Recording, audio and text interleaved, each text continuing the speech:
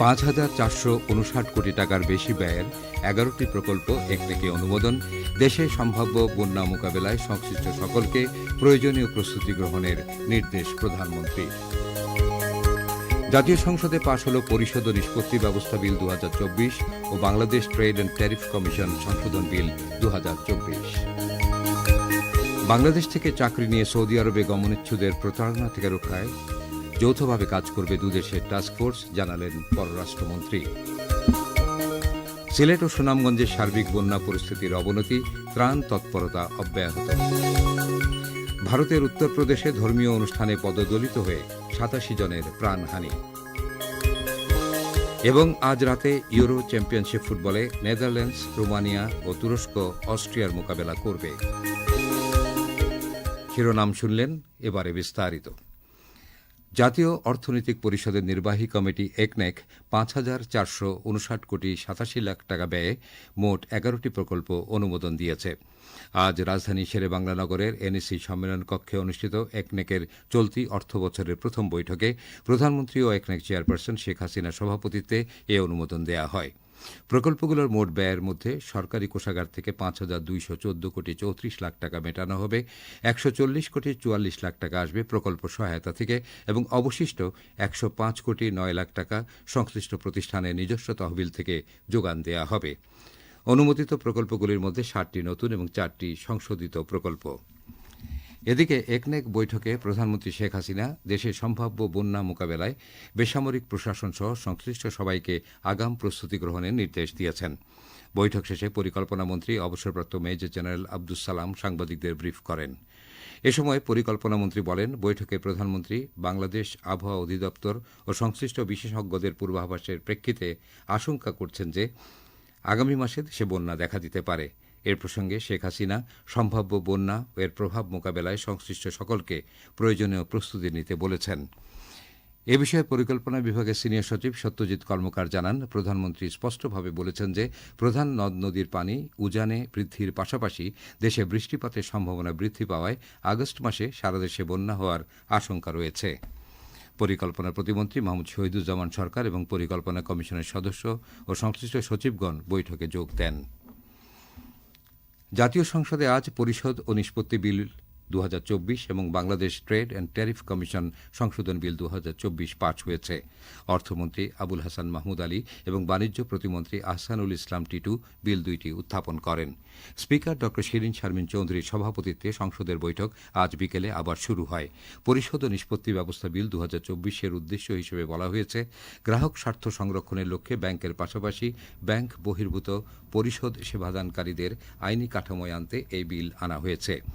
বিলটি পাশের জন্য উত্থাপন করে অর্থমন্ত্রী বলেন, এর মাধ্যমে একটি অভিন্ন আইনের আওতায় দেশের ভেতরে আর্থিক লেনদেনের সুযোগ সৃষ্টি হবে।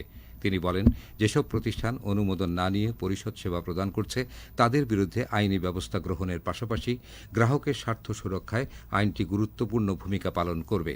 পরে স্পিকার বিলটিকে ভোটে দিলে স্থায়ী কমিটি কর্তৃক সুপারিশকৃত আকারে সর্বসম্মতিক্রমে কণ্ঠ ভোটে বিলটি পাস হয়। এর আগে বাণিজ্য প্রতিমন্ত্রী Ahsanul Islam Tipu Bangladesh trade and tariff commission সংশোধন বিল ২০২৪ সংসদে উত্থাপন করেন। Bangladesh trade and tariff commission আইন ২০৯২-এর অধিকতর সংশোধনকল্পে বিলটি আনা হয়। প্রতিমন্ত্রী স্থায়ী কমিটি কর্তৃক সুপারিশকৃত আকারে বিলটি পাশের জন্য উত্থাপন করলে সর্বসম্মতিক্রমে কণ্ঠ ভোটে বিলটি পাস হয়। এদিকে টেবিলে উপস্থাপিত প্রশ্নোত্তরে মুক্তিযুদ্ধ বিষয়ক মন্ত্রী আকম ও মোজাম্মেল হক সংসদকে জানান, নতুন প্রজন্মকে মুক্তিযুদ্ধের চেতনায় উদ্বুদ্ধ করতে সরকার বিস্তারিত কর্মসূচি গ্রহণ করেছে। তিনি বলেন, বঙ্গবন্ধুর আদর্শ ও মুক্তিযুদ্ধের চেতনা বাস্তবায়ন, মুক্তিযুদ্ধের ঐতিহাসিক স্থান ও বৌদ্ধভূমি সহ সংরক্ষণ এবং স্মৃতিস্তম্ভ নির্মাণের বিভিন্ন প্রকল্প গ্রহণ করা হয়েছে। এক প্রশ্নের জবাবে মন্ত্রী বলেন, চলতি বছরের ১ এপ্রিল প্রকাশিত সর্বশেষ গেজেট অনুযায়ী শহীদ বুদ্ধিজীবীর সংখ্যা ৫৬০ জন। তিনি বলেন, শহীদ বুদ্ধিজীবীদের তথ্য সংগ্রহ, যাচাই বাছাই ও গেজেট প্রকাশ কার্যক্রম চলতি বছরের ডিসেম্বর মাস পর্যন্ত চলমান থাকবে। পরিবেশ, বন ও জলবায়ু পরিবর্তন মন্ত্রী সাবির হোসেন চৌধুরী সংসদকে জানান, সরকার পরিবেশের ভারসাম্য রক্ষায় অবৈধ ইটভাটার বিরুদ্ধে ব্যবস্থা গ্রহণ সহ দূষণ নিয়ন্ত্রণে নানাবিধ কার্যক্রম বাস্তবায়ন করছে। তিনি বলেন, চলতি বছরে এ পর্যন্ত সারা দেশে 611টি ইট ভাটার বিরুদ্ধে অভিযান পরিচালনা করে 15 কোটি টাকার বেশি জরিমানা আদায় করা হয়েছে এবং 250টি ইট ভাটা ভেঙে ফেলা হয়েছে। পরিবেশ মন্ত্রী বলেন, ঢাকাসহ সারা দেশের বায়ু দূষণ নিয়ন্ত্রণে ইতিমধ্যে একটি খসড়া পূর্ণাঙ্গ জাতীয় বায়ুমান ব্যবস্থাপনা পরিকল্পনা প্রণয়ন করা হয়েছে এবং তা চূড়ান্তকরণের কাজ চলছে। তিনি আরও বলেন, জলবায়ু পরিবর্তনে বিরূপ প্রভাব মোকাবেলায় দেশব্যাপী ব্যাপক বনায়নের লক্ষ্যে 2টি প্রকল্প চলমান রয়েছে। কৃষিমন্ত্রী মোহাম্মদ আব্দুস শহীদ সংসদকে জানান, সরকারের কৃষিবান্ধব নীতি গ্রহণ ও বাস্তবায়নের ফলে খাদ্যশস্য উৎপাদনে দেশ স্বয়ংসম্পূর্ণতা অর্জন করেছে।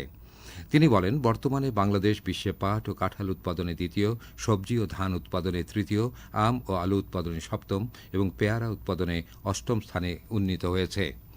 বেসামরিক বিমান পরিবহন ও পর্যটন মন্ত্রী মোহাম্মদ ফারুক খান সংসদকে জানান, দেশের পর্যটন শিল্পের উন্নয়ন, বিকাশ ও জনগণের আর্থসামাজিক উন্নয়নে সরকার বিভিন্ন কার্যক্রম গ্রহণ করেছে।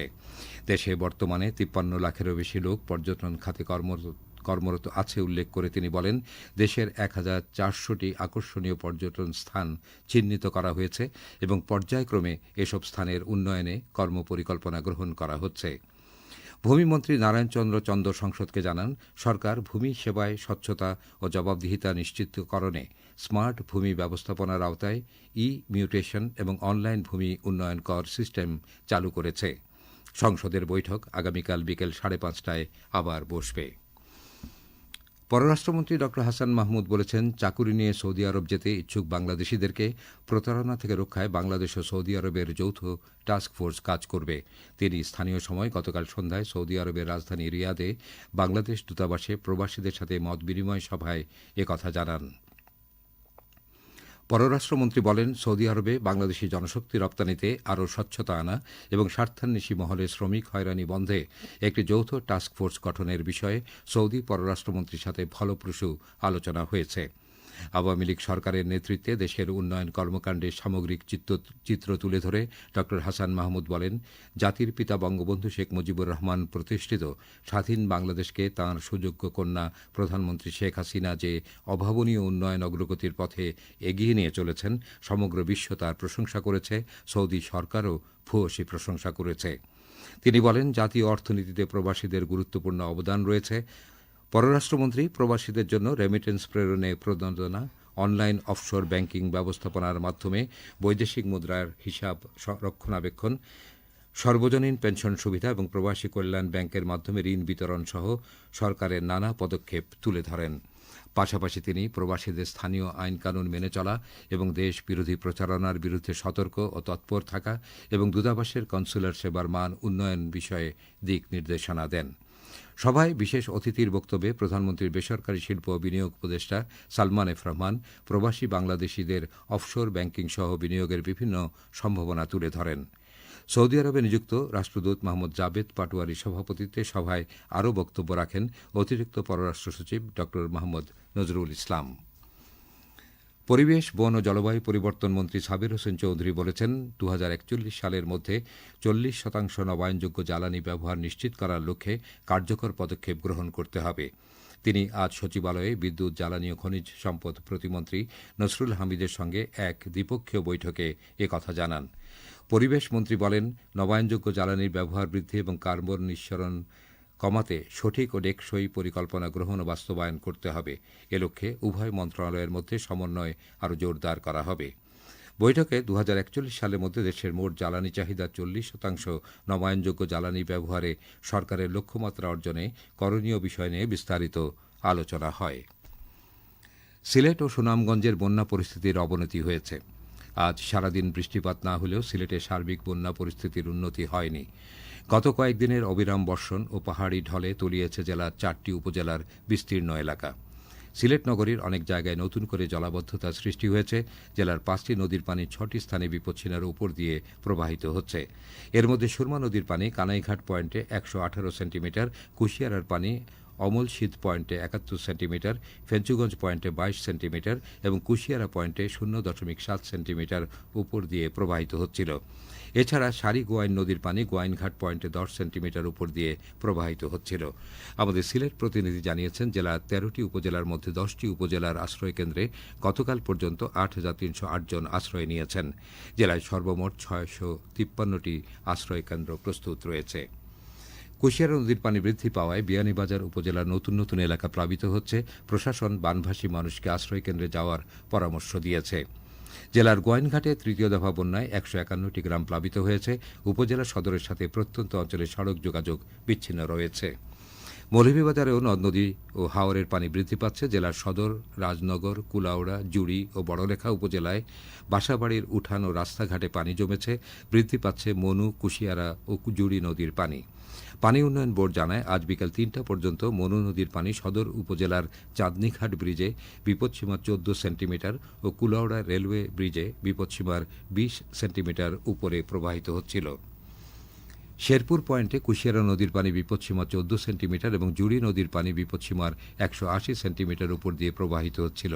এ পর্যন্ত বন্যা উপদ্রুত এলাকায় ১২৩টি আশ্রয়কেন্দ্র চালু আছে। উপদ্রুত এলাকায় ৫৪টি মেডিকেল টিম কাজ করছে। সরকারিভাবে এ পর্যন্ত ১,০৫০ মেট্রিক টন চাল, নগদ ২০ লাখ টাকা, ২,২৫,০০০ প্যাকেট শিশু খাদ্য, ২,৩০,০০০ প্যাকেট গোখাদ্য, ৪,০০০ প্যাকেট শুকনো খাবার এবং ১৫,০০০ প্যাকেট রান্না করা খাবার, ২২ বান্ডিল ঢেউটিন ও ঘর নির্মাণ মজুরি খাতে ৬২,০০০ টাকা বিতরণ করা হয়েছে। সুনামগঞ্জের বন্যা পরিস্থিতির আরও অবনতি হয়েছে। বন্যার পানিতে প্লাবিত হওয়ায় জেলা সদরের সঙ্গে বিশ্বম্বরপুর, তাহিরপুর ও জামালগঞ্জ উপজেলার সড়ক যোগাযোগ বিচ্ছিন্ন হয়ে পড়েছে। সুরমা নদীর পানি বিপদসীমা ৩৩ সেন্টিমিটার উপর দিয়ে প্রবাহিত হচ্ছে। বন্যায় সবচেয়ে বেশি ক্ষতিগ্রস্ত তাহিরপুর উপজেলা। উপজেলায় রাস্তাঘাট ও বাড়িঘরে পানি উঠেছে। প্রশাসনের পক্ষ থেকে ৩৪টি আশ্রয়কেন্দ্র খোলা হয়েছে। এদিকে পানি সম্পদ প্রতিমন্ত্রী জাহিদ ফারুক বলেছেন, ফেনীতে বন্যা নিয়ন্ত্রণে টেকসই বাঁধ নির্মাণ করা হবে। তিনি আজ বাঁধ ভেঙে ফেনীর ফুলগাজী ও পরশুরামে বন্যা কবলিত স্থান পরিদর্শন শেষে একথা বলেন। প্রতিমন্ত্রী বলেন, ২ মাসের মধ্যে মুহুরী, কহুয়া, সিলোনিয়া বন্যা নিয়ন্ত্রণ প্রকল্পটি একনেকে উপস্থাপন করা হবে এবং আগামী বন্যা নিয়ন্ত্রণ বাঁধের কাজ শুরু করার আশা করা হচ্ছে। এ সময় প্রতিমন্ত্রী বন্যার্তদের মাঝে ত্রাণ সামগ্রী বিতরণ করেন। ফেনী ১ আসনের সংসদ সদস্য আলাউদ্দিন আহমেদ চৌধুরী নাসিম, ফেনী জেলা প্রশাসক মোসাম্মদ শাহিনা আক্তার এবং সংশ্লিষ্ট কর্তৃপক্ষ এ সময় উপস্থিত ছিলেন। তথ্য ও সম্প্রচার প্রতিমন্ত্রী মোহাম্মদ আলী আরাফাত আজ বাংলাদেশ টেলিভিশনের বিভিন্ন উন্নয়নমূলক কার্যক্রম পরিদর্শন করেছেন। এ সময় তথ্য ও সম্প্রচার প্রতিমন্ত্রীকে বাংলাদেশ টেলিভিশনের উন্নয়ন কর্মকাণ্ড সম্পর্কে অবহিত করা হয়। মোহাম্মদ আলী আরাফাত যুগের সঙ্গে তাল মিলিয়ে বাংলাদেশ টেলিভিশনের সম্প্রচার আধুনিকায়নের বিষয়ে নির্দেশনা দেন। এ সময় তথ্য ও সম্প্রচার মন্ত্রণালয়ের সিনিয়র সচিব মোহাম্মদ হুমায়ুন কবির খন্দকার উপস্থিত ছিলেন। এর আগে তথ্য সম্প্রচার প্রতিমন্ত্রী এবং তথ্য সম্প্রচার মন্ত্রণালয়ের সিনিয়র সচিব বাংলাদেশ টেলিভিশনের সদর দপ্তরের সামনের প্রাঙ্গণে ২টি গাছের চারা রোপণ করেন। খবর প্রচারিত হচ্ছে বাংলাদেশ বেতার থেকে। বাংলাদেশ বেতার এখন স্মার্টফোনে আপনার হাতের মুঠোয়। অ্যাপসের মাধ্যমে বাংলাদেশ বেতারের সংবাদ এবং অনুষ্ঠান শুনুন বিশ্বের যে কোনো প্রান্ত থেকে। আপনাদের পছন্দের অনুষ্ঠান শুনতে গুগল প্লে স্টোর বা অ্যাপল স্টোর থেকে আজই ডাউনলোড করুন বাংলাদেশ বেতার অ্যাপসটি। খবরের বাকি অংশ পড়ছি প্রীতিলতা পোদ্দার। চলতি বছরের ৩০শে জুন দেশে বৈদেশিক মুদ্রার রিজার্ভের পরিমাণ দাঁড়িয়েছে ২৬.৮১ বিলিয়ন ডলারে। আজ বাংলাদেশ ব্যাংকের নির্বাহী পরিচালক ও মুখপাত্র মোহাম্মদ মেজবাউল হক এ তথ্য জানিয়েছেন। মোহাম্মদ মেজবাউল হক জানান, দেশের বর্তমান গ্রস রিজার্ভের পরিমাণ ২৬.৮১ বিলিয়ন ডলার এবং আন্তর্জাতিক মুদ্রা তহবিলের হিসাব পদ্ধতি BPM-6 অনুযায়ী রিজার্ভের পরিমাণ ২১.৮৩ বিলিয়ন ডলার। তিনি আরও জানান, দেশে এখন নিট আন্তর্জাতিক রিজার্ভের পরিমাণ ১৬.০৩ বিলিয়ন, যা ডলার জুন মাসের জন্য IMF নির্ধারিত ১৪.৭ বিলিয়ন ডলারের লক্ষ্যমাত্রাকে ছাড়িয়ে গেছে।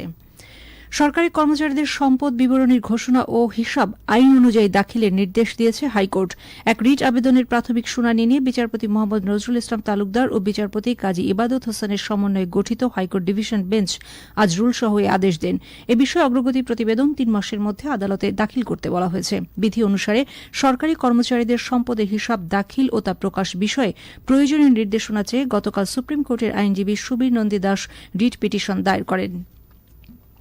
ঢাকা উত্তর সিটি কর্পোরেশনের উদ্যোগে ছাদ কৃষির প্রদর্শনী করা হবে বলে ঘোষণা দিয়েছেন ঢাকা উত্তর সিটি মেয়র মোহাম্মদ আতিকুল ইসলাম। তিনি আজ রাজধানীর গুলশানে ডিএনসিসি নগর ভবনের সভাকক্ষে ঢাকা উত্তর সিটি কর্পোরেশনের আওতাধীন এলাকায় রিবেটযোগ্য ছাদ বাগানকারী ও বৃক্ষরোপণকারীদের যোগ্যতা ও বাছাই পদ্ধতি নির্ধারণ এবং মশাবাহিত রোগ প্রতিরোধে করণীয় সম্পর্কে নীতিমালা প্রণয়ন বিষয়ক এক সভায় এ ঘোষণা দেন। মেয়র বলেন, ঢাকায় বাগান কৃষির জন্য পর্যাপ্ত জায়গা নেই, তাই ছাদই কৃষির জন্য একটি বড় ক্ষেত্র হতে পারে।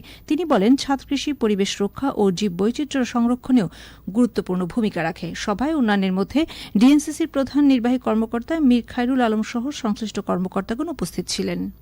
এবারে আন্তর্জাতিক সংবাদ। ভারতের উত্তরপ্রদেশে একটি ধর্মীয় অনুষ্ঠানে পদদলিত হয়ে নারী ও শিশুসহ কমপক্ষে ৮৭ জন প্রাণ হারিয়েছে এবং অনেকে আহত হয়েছে। পুলিশ জানায়, রাজধানী দিল্লি থেকে প্রায় ২০০ কিলোমিটার দক্ষিণ পূর্বে হাথরাসে হিন্দু ধর্মাবলম্বীদের দেবতা শিবের পূজা উপলক্ষে আজ প্রচুর পুণ্যার্থীর সমাগম হলে এই হতাহতের ঘটনা ঘটে। সূত্র জানায়, মৃতের সংখ্যা আরও বাড়তে পারে। ভারতের বড় ধর্মীয় অনুষ্ঠানের স্থলগুলোতে প্রায়ই ভয়াবহ দুর্ঘটনা ঘটে থাকে। যুক্তরাষ্ট্রের প্রেসিডেন্ট জো বাইডেন সুপ্রিম কোর্টের একটি আদেশকে বিপজ্জনক নজির হিসেবে অভিহিত করেছেন। আদেশটিতে সাবেক প্রেসিডেন্ট ডোনাল্ড ট্রাম্পকে ফৌজদারি বিচার কার্যক্রম থেকে আংশিক অব্যাহতি দেওয়া হয়। জো বাইডেন বলেন, এটি আইনের শাসনের অবমূল্যায়ন এবং মার্কিনীদের প্রতি মারাত্মক আইনি অপব্যবহার। এর আগে আদালতের সিদ্ধান্তকে স্বাগত জানিয়ে ট্রাম্প বলেন, এটি গণতন্ত্রের জন্য বড় বিজয়। গাজার দক্ষিণাঞ্চলের কয়েকটি এলাকায় ইসরায়েলি বাহিনীর বোমা হামলায় হাজার হাজার ফিলিস্তিনি তাদের বাড়িঘর ছেড়ে পালিয়ে গেছে। সূত্র জানায়, অঞ্চলটি খালি করে দেওয়ার আদেশ জারির পর খান ইউনিসের ভেতরে এবং আশেপাশে ইসরায়েলি বহুমুখী হামলা অব্যাহত রাখে। ফিলিস্তিনি রেড ক্রিসেন্ট জানায়, এসব হামলায় কমপক্ষে ৮ জন নিহত এবং ৩০ জনেরও বেশি আহত হয়। মেক্সিকোর দক্ষিণাঞ্চলীয় চিয়াপাস রাজ্যে বিভিন্ন মাদক চোরাচালান গ্রুপের মধ্যে সংঘর্ষে কমপক্ষে ১৯ জন নিহত হয়েছে। কর্তৃপক্ষ জানায়, একটি মালবাহী ট্রাকের ভেতরে গুলিবিদ্ধ হয়ে নিহত ১৬টি এবং ট্রাকের বাইরে অপর ৩টি মৃতদেহ পাওয়া যায়। এখন শুনুন কৃষি সংবাদ। চলতি মৌসুমের উফশী আমন ধানের উৎপাদন বৃদ্ধির লক্ষ্যে কৃষি প্রণোদনা কর্মসূচির আওতায় টাঙ্গাইলের সদর উপজেলার ক্ষুদ্র ও প্রান্তিক কৃষকদের মধ্যে আজ বিনামূল্যে বীজ ও সার বিতরণ করা হয়েছে। এ উপলক্ষে সদর উপজেলা পরিষদ মিলনায়তনে আয়োজিত এক অনুষ্ঠানে স্থানীয় সংসদ সদস্য কৃষকদের মধ্যে এই বীজ ও সার বিতরণ করেন।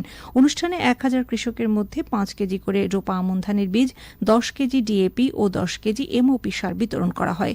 এ সময় উপজেলা কৃষি কর্মকর্তা সহ সংশ্লিষ্ট ব্যক্তিবর্গ উপস্থিত ছিলেন। খেলার খবর। ফুটবল। ইউরো ফুটবল চ্যাম্পিয়নশিপে আজ গ্রুপ পর্বের শেষ দিনে রোমানিয়া নেদারল্যান্ডসের মুখোমুখি হবে। বাংলাদেশ সময় রাত ১০টায় খেলা শুরু হবে। এছাড়া আর রাত ১টায় অস্ট্রিয়া তুরস্কের মুখোমুখি হবে। ইতোমধ্যে Spain, Germany, Portugal, France, England ও সুইজারল্যান্ড ইউরো ফুটবলের কোয়ার্টার ফাইনালে উঠেছে। আগামী শুক্রবার থেকে কোয়ার্টার ফাইনাল পর্ব শুরু হবে। ফুটবলের আরও খবর। কোপা আমেরিকা ফুটবল টুর্নামেন্টে আজ পানামা ও উরুগুয়ে নিজ নিজ খেলায় জয়ী হয়েছে। সকালে অনুষ্ঠিত খেলায় পানামা ৩-১ গোলে বলিভিয়াকে এবং উরুগুয়ে ১-০ গোলে যুক্তরাষ্ট্রকে পরাজিত করে। আগামীকাল ব্রাজিল কলম্বিয়ার এবং কোস্টারিকা প্যারাগুয়ের মোকাবেলা করবে। দুটি ম্যাচই বাংলাদেশ সময় সকাল ৭টায় শুরু হবে। ঢাকা আবহাওয়া অফিস জানিয়েছে, বাংলাদেশের ওপর মৌসুমী বায়ু সক্রিয় থাকায় রাজশাহী, রংপুর, ময়মনসিংহ, ঢাকা, সিলেট, খুলনা, বরিশাল ও চট্টগ্রাম বিভাগের কোথাও কোথাও আগামীকাল বিকেল ৪টা পর্যন্ত ভারী থেকে অতি ভারী বর্ষণ হতে পারে। ভারী বর্ষণজনিত কারণে চট্টগ্রাম ও সিলেট বিভাগের পাহাড়ি এলাকার কোথাও কোথাও ভূমিধসের আশঙ্কা রয়েছে। এদিকে মৌসুমী বায়ু সক্রিয় থাকার কারণে এখন সারা দেশে কম বেশি বৃষ্টিপাত হবে বলে জানিয়েছে আবহাওয়া অধিদপ্তর। গত ২৪ ঘণ্টায় সর্বোচ্চ বৃষ্টিপাত রেকর্ড করা হয়েছে সিলেটে ১৫১ মিলিমিটার। আগামী কয়েকদিন মাঝারি থেকে ভারী এবং অতি ভারী বৃষ্টির সম্ভাবনা রয়েছে। বিস্তারিত শুনুন প্রতিবেদনে। মধ্য আষাঢ়ের টানা বৃষ্টিতে প্রকৃতিতে বর্ষা ফিরেছে তার আপন রূপে। দেশের প্রায় সবকটি জেলাতেই কয়েকদিন ধরে হালকা থেকে ভারী বৃষ্টি অব্যাহত রয়েছে, যা আগামী ৩ থেকে ৪ দিন সারা দেশে অব্যাহত থাকবে। এছাড়া পুরো জুলাই মাস জুড়েই বৃষ্টির পূর্বাভাস দিয়েছে আবহাওয়া অধিদপ্তর। মৌসুমী বায়ুর প্রভাবে দেশ জুড়ে ভারী বৃষ্টি হচ্ছে বলছেন আবহাওয়াবিদরা। এ প্রসঙ্গে আবহাওয়াবিদ খন্দকার হাফিজুর রহমান বলেন, এখন বর্ষাকাল তো ড্রাই ওয়েদার থাকবে না, সারা দেশে কোথাও না কোথাও বৃষ্টি হবে। তবে বৃষ্টিপাতের পরিমাণটা কখনো কম হবে, কখনো বেশি হবে। এখন যেহেতু মৌসুমী বায়ুটা সক্রিয় রয়েছে এবং সারা দেশে বৃষ্টিপাতের প্রবণতাটা বেশি আছে এবং এটা আগামী ৪-৫ দিন অব্যাহত থাকবে। দীর্ঘমেয়াদী যে পূর্বাভাস যেটা বলা আছে যে জুলাই মাসে স্বাভাবিক অপেক্ষা কিছুটা বেশি বৃষ্টিপাতের সম্ভাবনা রয়েছে এবং এই সময় কিন্তু বঙ্গোপসাগরে ১ থেকে ২টা লঘুচাপ সৃষ্টি হতে পারে, যার মধ্যে একটি নিম্নচাপের রূপ নিতে পারে। এদিকে বৃষ্টির কারণে চলমান এইচএসসি পরীক্ষা যাত্রী সহ কর্মজীবীদের দুর্ভোগ পোহাতে হয়েছে রাজধানীতে। বৃষ্টির কারণে সড়কে গণপরিবহনের সংখ্যা কম থাকায় গন্তব্যে পৌঁছাতে হিমশিম খেতে হয়েছে রাজধানীবাসীকে। ভারী বৃষ্টির কারণে সিলেট ও চট্টগ্রাম অঞ্চলে পাহাড় ধসের ঘটনা ঘটার সম্ভাবনা রয়েছে বলে সতর্ক করে দিয়েছে আবহাওয়া অধিদপ্তর। ওয়াসিম আকরাম, বাংলাদেশ বেতার। ঢাকা আবহাওয়া অফিস জানিয়েছে, উত্তর বঙ্গোপসাগর এবং তৎসংলগ্ন বাংলাদেশের উপকূলীয় এলাকায় দক্ষিণ পশ্চিম মৌসুমী বায়ু প্রবল অবস্থায় রয়েছে। এর প্রভাবে উত্তর বঙ্গোপসাগর এলাকায় গভীর সঞ্চালনশীল মেঘমালা তৈরি অব্যাহত রয়েছে ও বায়ুচাপের তারতম্যের আধিক্য বিরাজ করছে। উত্তর বঙ্গোপসাগর, বাংলাদেশের উপকূলীয় এলাকা এবং সমুদ্র বন্দরসমূহের উপর দিয়ে দমকা অথবা ঝোড়ো হাওয়া বয়ে যেতে পারে। চট্টগ্রাম, কক্সবাজার, মংলা, পায়রা সমুদ্র বন্দরসমূহকে 3 নম্বর স্থানীয় সতর্ক সংকেত 3 নম্বর স্থানীয় সতর্ক সংকেত দেখাতে বলা হয়েছে। উত্তর বঙ্গোপসাগরে অবস্থানরত মাছ ধরার নৌকা ও ট্রলার সমূহকে পরবর্তী নির্দেশ না দেওয়া পর্যন্ত উপকূলের কাছাকাছি থেকে সাবধানে চলাচল করতে বলা হয়েছে। এদিকে আজ রাত 1টা পর্যন্ত আবহাওয়ার পূর্বাভাসে বলা হয়েছে, রাজশাহী, দিনাজপুর, পাবনা, রংপুর, বগুড়া, টাঙ্গাইল, ময়মনসিংহ, যশোর, কুষ্টিয়া, ঢাকা, ফরিদপুর, মাদারীপুর, খুলনা, বরিশাল, পটুয়াখালী, নোয়াখালী, কুমিল্লা, চট্টগ্রাম, কক্সবাজার এবং সিলেট অঞ্চলসমূহের উপর দিয়ে দক্ষিণ দক্ষিণ পশ্চিম দিক থেকে অস্থায়ীভাবে ঘণ্টায় 45 থেকে 60 কিলোমিটার বেগে দমকা অথবা ঝোড়ো হাওয়া বয়ে যেতে পারে। সেই সঙ্গে বৃষ্টি অথবা বজ্রসহ বৃষ্টিপাতের সম্ভাবনা রয়েছে। এসব এলাকার নদী বন্দরসমূহকে 1 নম্বর সতর্ক সংকেত দেখাতে বলা হয়েছে।